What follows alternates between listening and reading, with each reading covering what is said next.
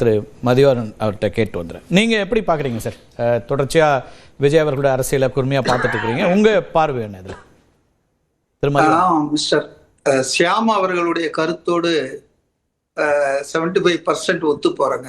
ஏன்னா உறுதி செய்யப்படாத ஒரு தகவலை வைத்துக்கொண்டு கட்டமைக்கின்ற உள்நோக்கத்தோடு ஒரு செய்தியை வைத்துக்கொண்டு நாம் பேசுவது பொது வெளியில அவ்வளவு சரியா இருக்காது.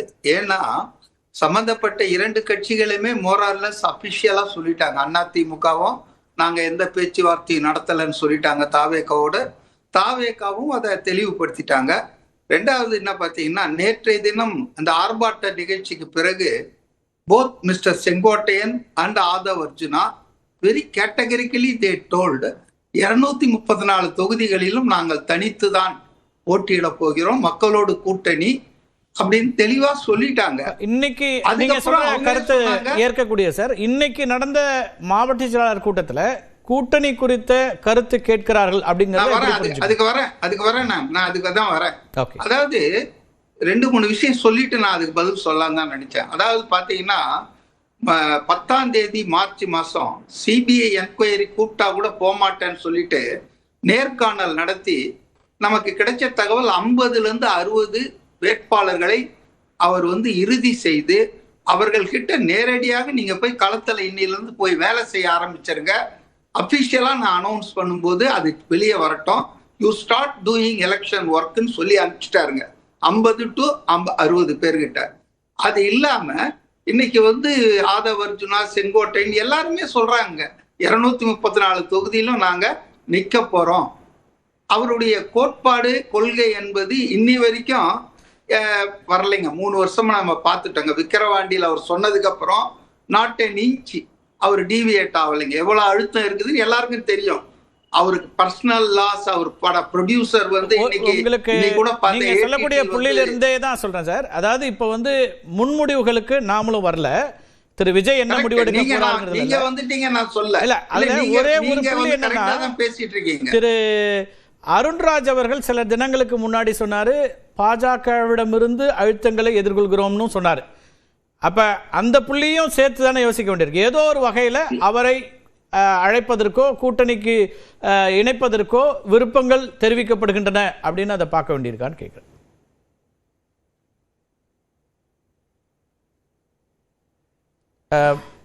கேக்குதா மதிவாணன் சார்? ஓகே, ஃப்ரீஸ் ஆயிருக்கு, நம்ம தொடர்ச்சியாக பேசலாம். நீங்கள் எப்படி பார்க்குறீங்க திரு கோட்டீஸ்வரன்? சார், அதாவது அரசியலில் நிரந்தர எதிரியும் இல்லை, நிரந்தர நண்பரும் இல்லை, இதுதான் உண்மை.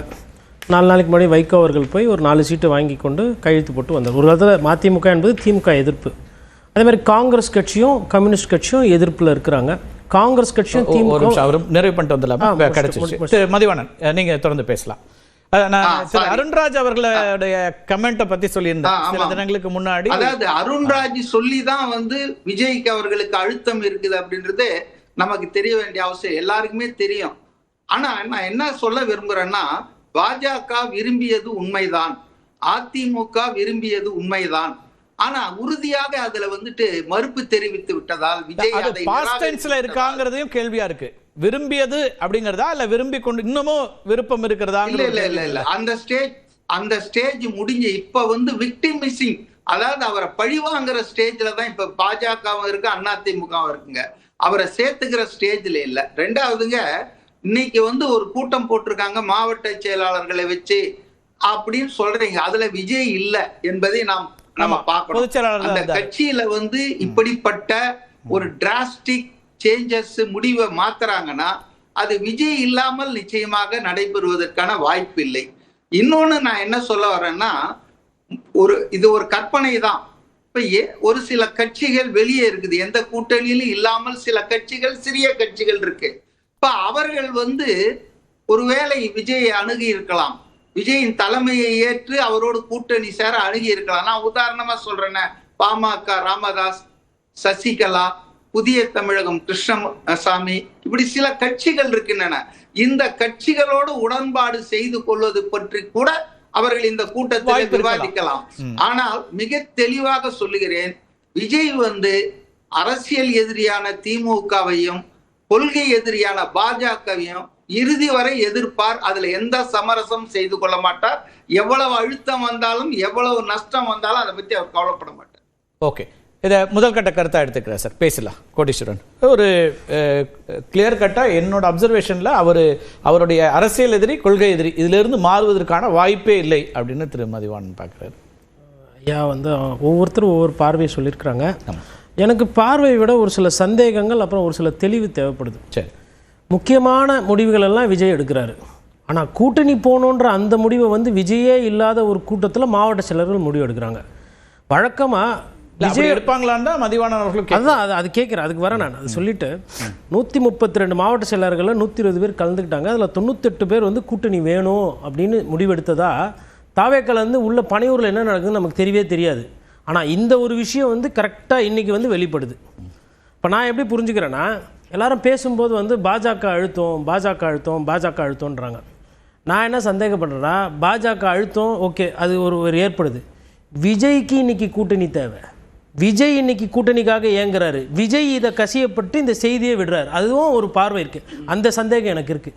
ஏன்னா இப்போ இவ்வளோ விஷயம் வரும்போது விஜய் ஒரு 2 லைன் ஆகுமா, பாசிச பாஜகவோட என்றைக்குமே உடன்பாடு கிடையாது, இதெல்லாம் நம்ப வேணாம் ட்வீட் போடுறது 2 நிமிஷம் ஆகுமா? அதான் அவர் சொல்றாரு, திரு செங்கோட்டையன் நேற்றுக்கு தான் மறுத்திருக்கிறாரு, ஆதவர்ஜுனா மறுத்திருக்கிறாரு அப்படிங்கிறாரு. கரெக்ட். அப்போ அரசியல் ஆளுமை இல்லைன்னு நான் புரிஞ்சுக்கிட்டா விஜய்க்கு எடப்பாடி பழனிசாமி கிட்ட இதே கேள்வி கேட்குறாங்க பத்திரிகையாளர். என்ன சொல்றாரு?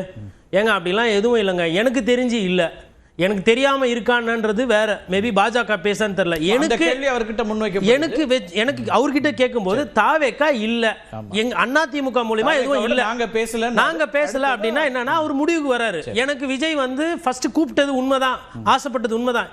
இன்னைக்கு தேதியில நீ வரும்போது டெப்டி சிஎம் கேட்ப, 2.5 வருஷம் முதலமைச்சரா இருப்பீங்கன்னு, அது வேணும் இது வேணும்னு, அதுக்கெல்லாம் நாங்க தயாரால, நாங்க பாத்துக்கிறோம். அந்த முடிவுக்கு அதிமுக போயிடுச்சு. காங்கிரஸ் வரல, இன்னைக்கு தனித்து விடப்பட்டு இருக்கிறார். மேபி விஜய் வந்து இப்போ ஆந்திரா வழியா பேசுறாங்க, டெல்லி வழி பேசுறாங்க. விஜய் நான் 5 வயசு குழந்தையா? 50 வயது ஒரு நடிகர் தானே அவர், வந்து ஏன் அதில் பேச மாட்டேறாரு? அப்போ விஜய் இதை விரும்புறாரு. நம்மளை பத்தி மதிவாதன் என்ன சொல்றாருன்னா, விக்டிமைஸ் பண்ண தொடங்கிட்டாருன்னு ஒரு குற்றச்சாட்டு. இவரா தான் கரூருக்கு போனாரு, இவரா தான் வந்து 1.5 கோடி ரூபாய் பாக்கி வச்சாரு, இவரா தான் சிபிஐ சம்மன் வேணும்னாரு, இவரா தான் விவாகரத்து வர அளவுக்கு தனிப்பட்ட வாழ்க்கையில நடந்துக்கிட்டாரு, இவரா தான் வந்து பனையூர்ல வீட்டுக்கு பக்கத்துல அந்த வேட்பு மனு வாங்கினப்போ பிரச்சனையாச்சு.